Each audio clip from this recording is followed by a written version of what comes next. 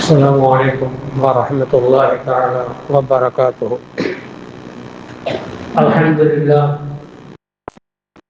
الحمد لله كفى والصلاة والسلام على المصطفى وعلى آله الشرفاء وأصحابه الخلفاء. أما بعد، فقد قال الله تعالى في كلامه القديم وفي الفرقان المجيد: إنه من سليمان وإنه بسم الله الرحمن الرحيم. صدق ربنا العظيم. கண்ணியத்துக்கு பெரும் மரியாதைக்கு உரிய அல்லாஹ்வின் நல்லடியார்களே, ரபியுல் அவ்வல் மாதம் குர்ஆன் இறங்கியதன் காரணமாக ரமலான் சிறப்பு பெறுகிறது. நபி பிறந்த காரணத்திற்காக ரபியுல் அவ்வல் சிறப்பு பெறுகிறது, இல்லையா? இந்த ரபியுல் அவ்வல் மாதத்தை பற்றி இப்போ நான் உங்கள்ட்ட கேட்குறேன். நபி ஸல்லல்லாஹு அலைஹி வஸல்லம் ரபியுல் அவ்வல் 12 தான் பிறந்தார்கள் என்பதற்கு ஏதாவது ஒரு அசத்துமார கூட்டு ஆதாரம் சொல்லுங்க. ஏதாவது ஹதீஸ்ல நபி ஸல்லல்லாஹு அலைஹி வஸல்லம் ரபியுல் அவ்வல் 12 தான் பிறந்தாங்க. ஏண்டா நபி பிறக்கும் போது 10 11 தான் பிறந்தாங்க. நபியான பின்பு தான் உலகத்தாருடைய பார்வை அவங்க மீது பட்டுச்சு. அதுக்கு பின்னால்தான் அவங்களுடைய செயல்பாடுகள் சொல்லு எல்லாமே பதியப்பட்டுச்சு 40 வயசுக்கு பின்னால. அப்ப பிறக்கும் போது 10 11 தான் ஆமினா அம்மா ஒரு குழந்தையை பெற்றெடுத்தாங்க, இல்லையா? அப்ப எப்படி இவ்வளவு உலமாக்கள் ரபியுல் அவ்வல் 12 மீலாது விழா அப்படின்னு கொண்டாடுறாங்க? நபி பிறந்த நாள் எவ்வளவு தைரியமா எப்படி அடிச்சு கொளுத்துறாங்க அப்படின்னு கேட்டா, அது ஒரு ஹதீஸ் ஆதாரம் இருக்குது. இல்லாம இல்லை, அது ஒரு ஹதீஸ் ஆதாரம் இருக்குது. பெருமானார் ஸல்லல்லாஹு அலைஹி வஸல்லம் சொன்னார்கள், அல்லாஹ் என்னுடைய பிறப்பையும் இறப்பையும் ஒரே நாளில் ஆக்கினான். என்ன உங்க ஆதாரம் சொல்ல தெரியணுங்க, சுன்னத்துல் ஜமாத்தை சேர்ந்தவங்க, அதுக்காக சொல்றேன். அல்லாஹ் என்னுடைய பிறப்பையும் இறப்பையும் ஒரே நாளில் ஆக்கினான். இறந்தது ரபியுல் அவ்வல் 12, அப்ப பிறந்தது ரபியுல் அவ்வல் 12. Simple matter. இந்த ஹதீஸுடைய அடிப்படையில் தான் ரபியுல் அவ்வல் 12 நபி பிறந்தார்கள் என்று சொல்லப்படுகிறது. ஏன்னா கேட்பாங்க, இந்த மாசம் பிறந்தால பல நோட்டீஸுகள் வெளியே வரும், மௌலூது நரவாதிகள்வாங்க, என்னென்னமோ பேசுவாங்க. அப்போ உங்களுக்கு பதில் தெரியணுமேங்கிறதுக்காக தான் ரபியுல் அவ்வல் அடைகிறதுக்கு முன்னாலேயே இந்த செய்தியை உங்களுக்கு சொல்றேன். யாராவது கேட்டா இப்படி நீங்க சொல்லிக்கலாம். பெருமானார் ஸல்லல்லாஹு அலைஹி வஸல்லம் ரபியுல் அவ்வல் தான் பிறந்தாங்கிறதுக்கு இந்த ஹதீஸ் தான் ஆதாரம். ஒண்ணு. இரண்டாவதாக, எப்போவும் விளைவிக்கிடுங்க, அப்துல்லா உயிரோடு இருந்திருந்தால், 6 மாசத்துக்கு கர்ப்பமா இருக்கும்போது அவர் இறக்காமல் இருந்திருந்தால், ஆமினா அம்மா இன்னொரு பிள்ளையை பெற்றிருப்பாங்க. நபி ஸல்லல்லாஹு அலைஹி வஸல்லம் பங்காளி வந்திருக்கும், இல்லையா? பங்காளி வந்திருப்பாங்கல்ல. இப்பவே ஆண் வாரிசே இல்லாம நானா தங்கள் நானா வாரிசுன்னு அடிச்சுட்டு கிடக்குறாங்க. அவ பங்காளிகள் ஒருத்தர் வந்திருந்தா அல்லாஹ் எப்படி பாதுகாக்கிறான் பாருங்க. அந்த செட்டிங் அற்புதமான செட்டிங். அது எப்படி கொண்டு வரணும், எப்போ ஜம்சம் வெளியாக்கணும். அதே நேரத்துல அந்த அம்மா வேற கல்யாணம் பண்ணி அதை குழந்தையை பெற்றிருந்தாலும் அதுக்கும் அல்லாஹ் வாய்ப்பு கொடுக்காம நீ என்ன சேர்ந்துரு அப்படின்னு அல்லாஹ் ஆக்கி கொண்டாங்க. அப்ப பெருமானார் ஸல்லல்லாஹு அலைஹி வஸல்லம் அவர்கள் ஒற்றை முத்தாக வளர்ந்தார்கள். பிறக்கும் போது எக்கச்சக்கமான அதிசயங்கள் நடந்துச்சு, அது வேற விஷயங்கள். இந்த எரி நட்சத்திரங்கள் இருக்குல்ல, நபி பிறக்கிறதுக்கு முன்னால் எரி நட்சத்திரம் கிடையாது. ஜின்கள் விரட்டப்பட மாட்டாங்க. ஒட்டு கேட்கிற ஜின்கள் ஒட்டு கேட்டே போயிட்டு இருப்பாங்க. ரசூலுல்லாஹ் பிறந்த பின்னால்தான் அந்த நிகழ்ச்சி ஏற்பட்டுச்சு. நபி பிறந்த பின்னால் தான் கிஸ்ரா கோட்டையினுடைய ஈரானில் எரிஞ்சுக்கிட்டு இருந்த ஒரு நெருப்பு அணைஞ்சிச்சு. அற்புதமான விஷயங்கள் நிறைய நடந்துச்சு. அப்போ பெருமானார் ஸல்லல்லாஹு அலைஹி வஸல்லம் பிறப்பை அல்லாஹ் ஜல்ல சுப்ஹானஹு வ தஆலா மிகப்பெரிய சிறப்பாக காட்டினார். இதெல்லாம் வருஷம் மீலாது விழாவை கேட்கறது அப்படின்னு சொல்றீங்களா?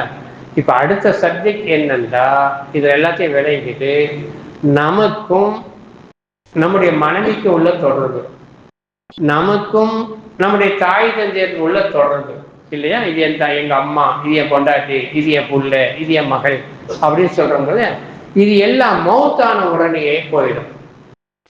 இளம் வயசுலேயே பொண்டாட்டியை விட்டுட்டு போனால் அவள் இன்னும் ஒருத்தருக்கு மனைவி ஆயிடுவாள், இல்லையா? ஆனால் எல்லா காலத்திலும் ரசூலுல்லாஹி ஸல்லல்லாஹு அலைஹி வஸல்லம் தான் நம்முடைய நபி.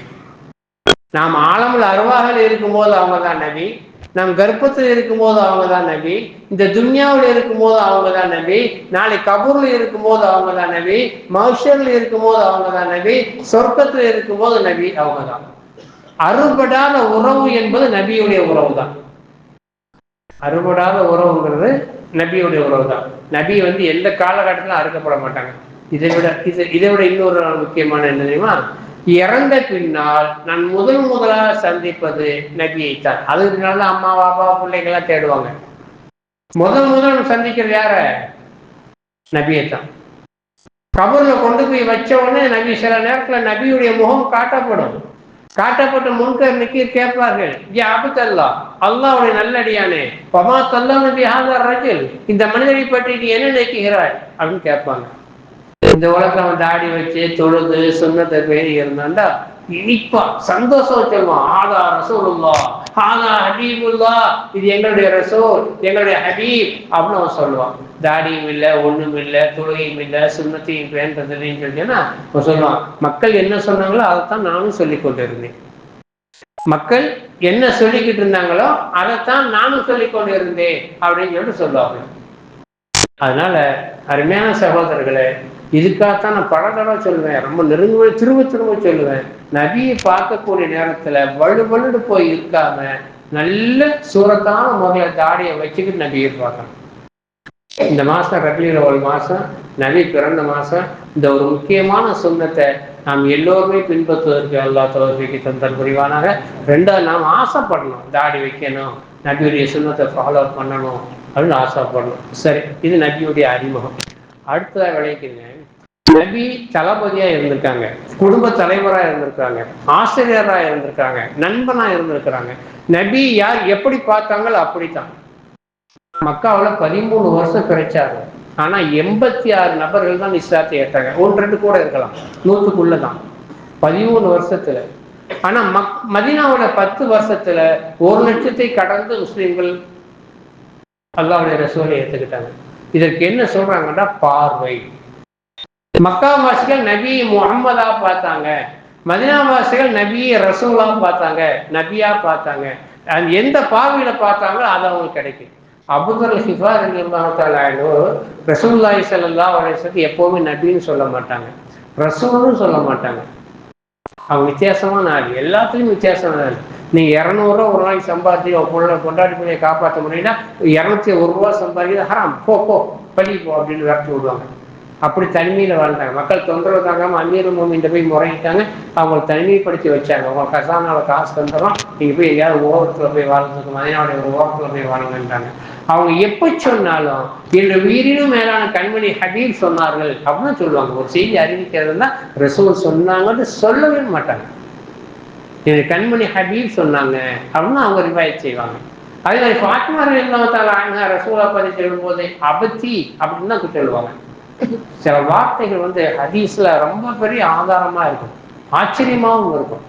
இப்படி ரசூலுல்லாஹ்வை ஹபீபா பார்த்தவங்க, நபியா பார்த்தவங்க அப்படித்தான் இருப்பாங்க. அந்தந்த லொகேஷனை அவங்க பெற்றுக்கிடுவாங்க. பிலாலின் பயன்படுவாங்க, இன்னகலா தஹ்தி மன் அஹபப்த, நபி நீங்கள் நினைத்தவர்களுக்கு என்னால் நேர்வழி காட்ட முடியாது, நான் யாருக்கு நினைக்கிறேனோ அவர்களுக்கு தான் நேர்வழி காட்ட முடியும். இந்த ஆயத்தை பிடிச்சிட்டு வாய்க்கிலேயே பேசுவாங்க எல்லா ஆயங்களும். இது மக்காவுடைய இறங்குனது, நல்லா தெரிஞ்சுக்கணுங்க. இது எங்க இறங்குனது? மக்காவுடைய இறங்குனது. மக்காவுடைய சிச்சுவேஷன்னா இந்த மாதிரி.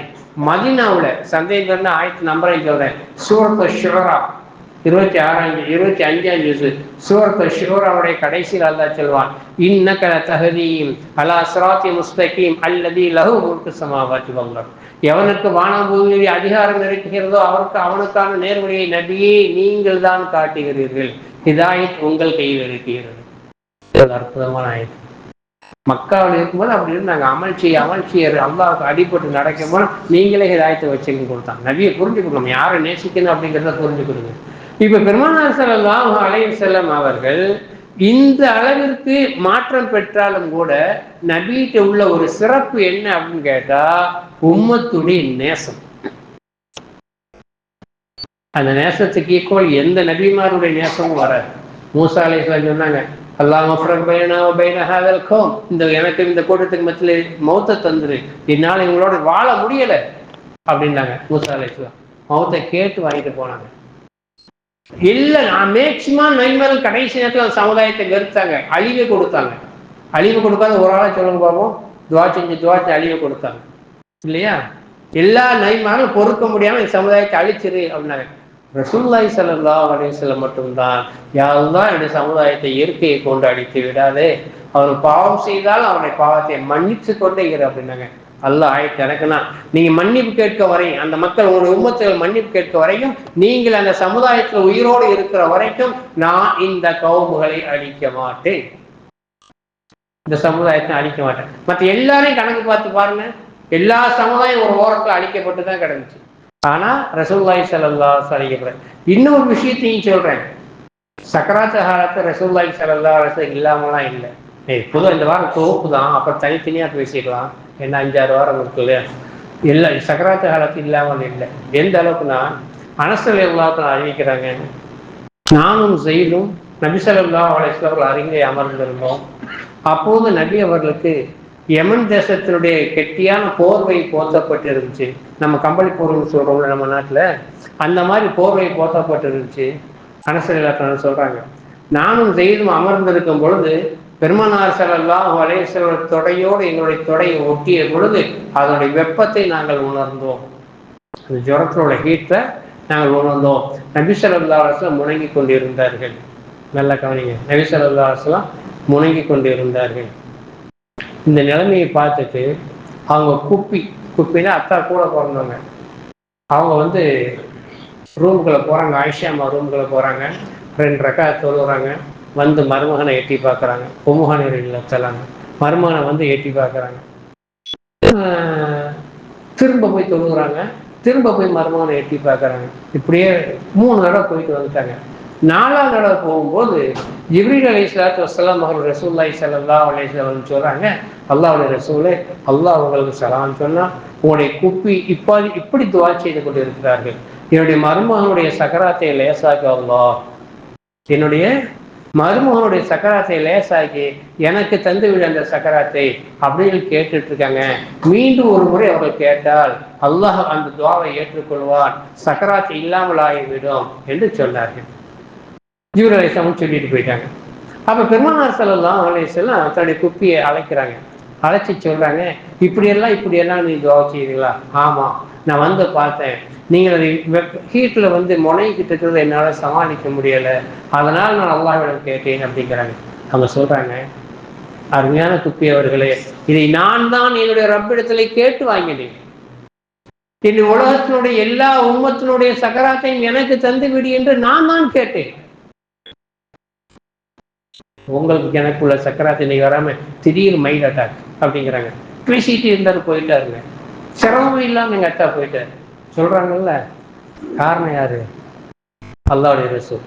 அப்ப இந்த ரசூலை நேசிக்காம யாரை நம்ம நேசிக்க போறோம்?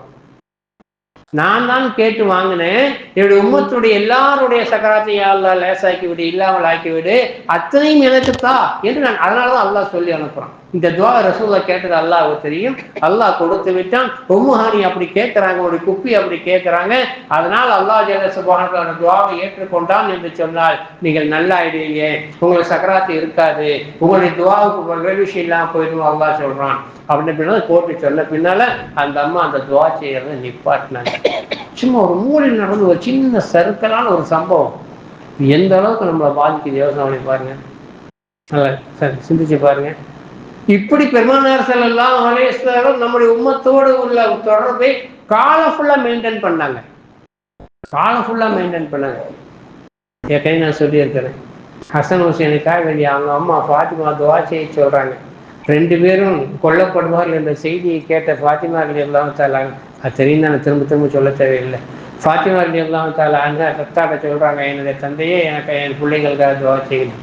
முடியாதுமா, எதை வேண்டுமானாலும் கேளு, என்னால் முடியாது. அந்த துவாவுடைய ரிட் அதிகாரத்தை நான் வைத்திருக்கிறேன். என்னுடைய உம்மத்தில் ஒரே ஒருவன் நரகத்தில் இருந்தாலும் கூட அவனை மீட்டெடுப்பதற்காக நான் அந்த அதிகாரத்தை வைத்திருக்கிறேன். நமக்காக வாழ்ந்தாங்க, நமக்காக வாழ்வாங்க, நமக்காக வாழ்ந்து கொண்டு இருக்கிறாங்க. இப்ப நீங்க போய் ரவுலா வந்து அஸ்ஸலாமு அலைக்கும் அப்படின்னு அல்லாஹ்வுடைய ரசூலே அஸ்ஸலாமு அலைக்கும் அப்படின்னு சொல்லி பாருங்க, நம்ம காதுல கேட்காது. நம்ம எத்தனையோ கிலோமீட்டருக்கு தாண்டி ஒரு ஹிந்து பிரதேசத்துக்கு போய் நின்று அந்த மூலையில் முக்கிய முனை ஒரு ஓரமாக நின்று அஸ்ஸலாமு அலைக்கும் யா ரசூலல்லாஹ், அஸ்ஸலாமு அலைக்கும் யா ஹபீபல்லாஹ்னு சொல்லி பாருங்க, பதில் உடனே வரும். வலைக்கும் அஸ்ஸலாம் யா ராஸி, வலைக்கும் அஸ்ஸலாம் யா முஸ்தபா. லட்சக்கணக்கான நபர்கள் போயிட்டே இருப்பாங்க, சலாத்துக்கு ரசூலுல்லாஹ் பதில் சொல்லிக்கிட்டே இருப்பாங்க. இப்படிப்பட்ட அல்லாஹ்வுடைய ரசூல் பிறந்த மாதத்தை நாம் அடைந்திருக்கிறோம். அதுக்காக இந்த முன்னுரை, இவ்வளவு முன்னுரை எதுக்குன்னு சொல்லிட்டேன்னா, இப்படிப்பட்ட அல்லாஹ்வுடைய ரசூல் பிறந்த மாசத்தை அடைய இருக்கிறோம். இந்த மாசத்துல நம்ம என்ன அமல் செய்யணும், எப்படி வாழணும், இந்த மாசத்தை நம்ம எப்படி எடுத்துக்கொள்ளணும். ரபியுல் அவள் ரமலான் மாசம் வந்தோன்னு என்ன சொல்லுவாங்க ஆலயங்கள், நோன்பு வைங்க, குரான் ஓதுங்க, குரான் கையுமா இருப்பாங்க. இந்த மாசத்துல செலவாத்துக்கு ரொம்ப முக்கியத்துவம் கொடுங்க. குறைஞ்சபட்சம் 100 செலவாத்தா சின்ன ஓதிடணும். 12 நாளைக்காவது, 12 நாளைக்கு விஷயம் ஓதிடுமா, 100 செலவாத்து எவ்வளவு நடமுறை, 10-12 நிமிஷம் பிடிக்கும். ரசூல் மேல அழகான முறையில் உட்காந்து செலவாத்தை ஓதிடணும். நல்லா தெரிஞ்சுக்கிடுங்க, வெள்ளிக்கிழமை அசனுக்கு பின்னால் தொழுத இடத்திலே இருந்து யார் 80 தடவை செலவாத்து ஓதுறாங்களோ, சலாத்து உம்மி, அல்லாஹ் ஸல்லி அலா சையதுனா முஹம்மது நபியில் உம்மி வாலி வஸல்லி வஸல்லி, இந்த செலவாத்தை 80 தடவை ஓதுனா 80 வருடங்களுடைய பாவங்கள் மன்னிக்கப்படுகிறது. இது புகாரி முஸ்லிம்ல வரக்கூடிய ஹதீஸ். 80 வருடங்களான நம்ம பையில சிலர் தான் ஃபாலோ பண்றாங்க, நல்லா ஃபாலோ பண்ணணும். வாரத்துக்கு ஒரு தடவை வெள்ளிக்கிழமை அசருக்கு பின்னால் தொழுத இடத்துல அமர்ந்து இந்த செலவாத்தை ஓதணும். குறிப்பா ரபியுல் அவல் மாசம் வந்துருச்சுன்னு சொல்லிச்சுன்னா இந்த செலவாத்தை கண்டிப்பா நீங்க ஓதியாகணும். எல்லாவற்றிற்கும் மேலாக அருமையான, இதெல்லாம் நான் காரணம் சொல்றது ரசூல் ஸல்லல்லாஹு அலைஹி வஸல்லம் நாம் ஏன் நேசிக்க வேண்டும் அப்படிங்கிறது. இன்னொரு காரணத்தை சொல்லுங்க, இது எல்லாத்தையும் ஒரு மூலையில் தள்ளி வைங்க. இப்போ யோசனை பண்ணி பாருங்க, 40-50 வயசு உள்ள நீங்க ரோட்ல போகக்கூடிய நேரத்துல யார்கிட்டயாவது காசு வாங்கியிருந்தீங்கன்னா துண்ட தோல்ல இறுக்கி துண்ட தோல்ல போட்டு முறுக்கி உங்கள்கிட்ட யாராவது காசு கேட்ட அனுபவம் இருக்கா? சும்மா சொல்லுங்க, யாராவது அனுபவம் இருக்கா? கேட்க மாட்டாங்க. நான் சுகம் வந்து கேட்பாங்க, இல்லப்பா தர்றேன் அப்படின்னு போயிடுவாங்க, அவ்வளோதான் முடியும். ஆனால் பெருமானார் ஸல்லல்லாஹு அலைஹி வஸல்லம் உச்சகட்டமான தலைவர் என்று தெரிந்தும் ஒரு யூதன் பெருமானார் ஸல்லல்லாஹு அலைஹி வஸல்லம் ரோட்ல போயிட்டு இருக்கும் பொழுது அந்த கடனை நிறைவேற்றுவதற்கு 3 நாட்கள் இன்னும் பாக்கி இருக்கும் பொழுது தன்னுடைய துண்டை இறுக்கி நபியுடைய கழுத்திலை போட்டு மூச்சு முட்டும் அளவிற்கு இருக்கினார். நபி பொறுமையா இருப்பாங்க. நபி கட்டளையிட்டால் அவனுடைய தலையை வெட்டுவதற்கு ஆயிரக்கணக்கான வாட்கள் வந்திருக்கும். ஆனா ரசூலுல்லாஹி ஸல்லல்லாஹு அலைஹி பொறுமையா இருந்தாங்க. மற்றவர்கள் ஒரு கடன்காரர் திட்டினார், உமர் ரலியல்லாஹு தஆலா பதில் சொன்னார்கள். பெருமானார் நகன்று விட்டார்கள். திகைத்து உமர் ரலியல்லாஹு தஆலா கேட்டாங்க, அல்லாஹ்வுடைய ரசூலே, அவன் பேசியதுக்கு தவிர நான் பேசினேன், நான் வரம்பு மீறி பேசவில்லையே அப்படின்னு சொன்னாங்க. உமரே, நான் அவன் பேசும் பொழுது அவனுக்கு எனது சார்பில் ஒரு மலக்கு பதில் சொல்லி கொண்டு இருந்தார். நீங்கள் வாய் திறந்தவுடன் அந்த மலக்கு சென்று விட்டார். அவர் இல்லாத இடத்தில் எனக்கு என்ன வேலை, நான் சென்று விட்டேன். இதெல்லாம் நம்ம சாதாரணமா வாழ முடியாது. சாதாரணமா நினைச்சு நம்ம அவன் ஒரு வாரத்தை வண்டியில போய் இடிச்சுட்டு அவன் ஒரு வாரத்தை நம்ம 2 வாரத்துக்கு நம்ம வண்டை வெடிச்சு போயிடும் இல்லையா? ஆனால் அப்படி இருந்து பெருமானார் ஸல்லல்லாஹு அலைஹி வஸல்லம் தவணை முடிவதற்குள்ள திட்டு வாங்கினாங்க, தவணை முடிவதற்குள்ள தண்டனை அனுபவிச்சாங்க. இதுதான் பெருமானார், இதுதான் நம்முடைய நபி. ஏன் நான் நபியை நேசிக்க வேண்டும் அப்படின்னு கேட்டீங்கன்னா, அந்த வாழ்க்கையெல்லாம் வாழ முடியாது. அவங்க வாழ்ந்த மனைவியர்களோட வாழ்ந்த வாழ்க்கை, அவங்க வாழ்ந்த பிள்ளைகளோட வாழ்ந்த வாழ்க்கை, அவங்க ஆம்பளை புள்ளி இல்லாமல் போனதும் சாதாரணம் கிடையாது. அதெல்லாம் அல்லாஹ்வுடைய திட்டமிட்ட செயல். அவங்க வான்பிள்ளை இருந்துருந்துச்சுன்னு சொன்னா உலகத்துல மிகப்பெரிய ஃபசாது ஏற்பட்டுரும், மிகப்பெரிய ஃபசாது ஏற்பட்டு இருக்கும். அந்த வாரிசு மட்டும் ஓரம் கட்டப்பட்டு கடவுளாகப்பட்டிருப்பாங்க. அதனால அல்லாஹ் ஜல்ல சுப்ஹானஹு வ தஆலா இல்லை இருந்தாலும் கூட பெருமானார் ஸல்லல்லாஹு அலைஹி வஸல்லம் அவர்கள் குடும்பமாக அவர்கள் அறிவித்தது அலி ரலியல்லாஹு தஆலா அன்ஹு அவர்களையும் ஃபாத்திமா ரலியல்லாஹு தஆலா அன்ஹா அவர்களையும். ஹசன் ஹுசைன்ல இருந்து ஸைனுல் ஆபிதீன் குழந்தை மூலமா வந்தவங்களை தான் தங்கள்னு சொல்லிட்டு இருக்காங்க. பெருமானார் ஸல்லல்லாஹு அலைஹி வஸல்லம் மாதிரி ஒருத்தர் வாழவே முடியாது. அப்படி இருந்தும் கூட அவர் எல்லாரும் நல்லவங்க சொன்னாங்களா? எல்லாரும் நல்லவங்களா சொன்னாங்க? எத்தனை பேர் திட்டினாங்க? எந்த அளவுக்கு ரசூல் ஸல்லல்லாஹு அலைஹி வஸல்லம் உயர்வானவர்கள் அப்படின்னாட்டா, பத்ர் யுத்தம் நடக்க போகுது. அபூ ஜஹல் கும்மால் அடிச்சுக்கிட்டு இருக்கிறான். அபூ ஜஹலுடைய நெருங்கிய நண்பர் உத்துபா வந்து அபூ ஜஹல்கிட்ட கேட்குறான், ஏண்டா முகம்மதுடைய மச்சான் தானே, உறவு முறை தானே, அவரை போய் எதிர்க்கிறதுக்கு இவ்வளவு பேர் 1000 பேரை கூட்டிட்டு வந்து நிக்கிறியே, இது உனக்கே நல்லா இருக்கா, அவருக்கு மனசாட்சி உறுத்தலையா அப்படின்னு சொல்லி அபூஜஹலை பார்த்து கேட்கறாங்க. 2 பேரும் போதை, 2 பேரும் தண்ணி, 2 பேரும் போதை. அப்படி அந்த போதையிலே அவர் கேட்கிறார். என்ன பதில் சொல்லிட்டு இதெல்லாம் எனக்கு சம்பவங்கள் அப்படியே நிக்கி மனசுக்குள்ளேயே நெஞ்சுக்குள்ளேயே நிக்கி. பார்த்தோன்னா இந்த பக்கம் வலது பக்கம் இடது பக்கம் திரும்பி பார்த்தாங்க. திரும்பி பார்த்துட்டு சொன்னானா, அல்லாஹ் மீது சத்தியமா முகம்மது நபிதான், முகம்மது உண்மையானவர் தான், அவர் பொய் சொல்ல நான் பார்த்ததே கிடையாது, ஏனோ என்னுடைய மனம் ஏற்றுக்கொள்ளவில்லை. ஒரு எதிரி பதிலுக்கு காலையில் நடக்க போகுது, நைட்ல போதையில உலகம் அவர் நபிதான், அவர் உண்மையானவர் தான், ஆனால் என்னுடைய மனம் ஏற்றுக்கொள்ள முடியவில்லை. இதுதான் நபியுடைய ஸ்பெஷல். பெருமானார் ஸல்லல்லாஹு அலைஹி வஸல்லம் அவர்கள்ட்ட ஒருத்தர் வந்து சொல்றாரு, எனக்கு அபூஜஹல் காசு தரணும், தரமாட்டேங்கிறான், வந்து வாங்கிட்டாங்க. ஸல்லல்லாஹு அலைஹி வஸல்லம் கிளம்பி போனாங்க, அபூஜஹலுடைய வீட்டுக்கு போனாங்க. பார்த்தோன்னே கடகடன் காசு எடுத்து கொடுத்துட்டான். இவர் 100 தடவை அலைஞ்சாரு, கொடுக்க மாட்டேன்ட்டான். ரசூல் போனோன்னு கொடுத்துட்டான். அபூஜஹலுடைய மனைவி கேட்டாங்க, அவன் 100 தடவை வந்தான்ல, அவன்கிட்ட கொடுத்துருக்கலாம்ல, இப்போ மச்சானை பார்த்தோன்னு பயந்து போய் கொடுக்குற அப்படின்னு கேட்டாங்க. மனைவிட்ட சொன்னா அபூஜஹல், இல்லை இல்லை, முகமது வலது புறம் இடது புறம் 2 சிங்கம் நடிச்சு, அதை பார்த்து தான் பயந்து கொடுத்தேன் அப்படின்னு.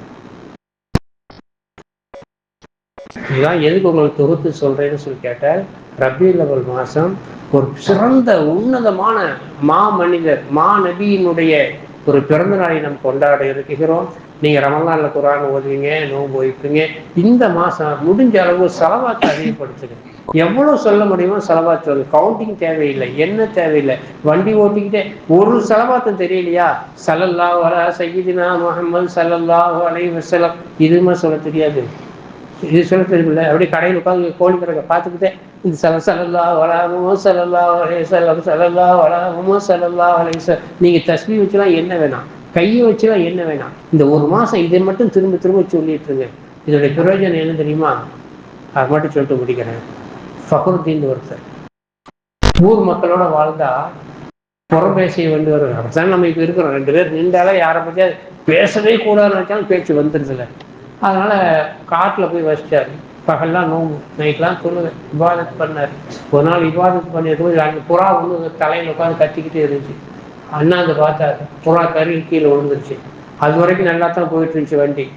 ஆஹா, நம்முடைய விவாதத்துக்கு ஒரு சக்தி வந்துருச்சு, இனிமேல் நம்ம ஊருக்குள்ள போக வேண்டியதுதான் அப்படின்னு பெருமை வந்துருச்சு. ஊருக்குள்ள வந்தார். ஊருடைய எல்லையில ஒரு கசாபி கறி வெட்டிக்கிட்டே இருந்தான்.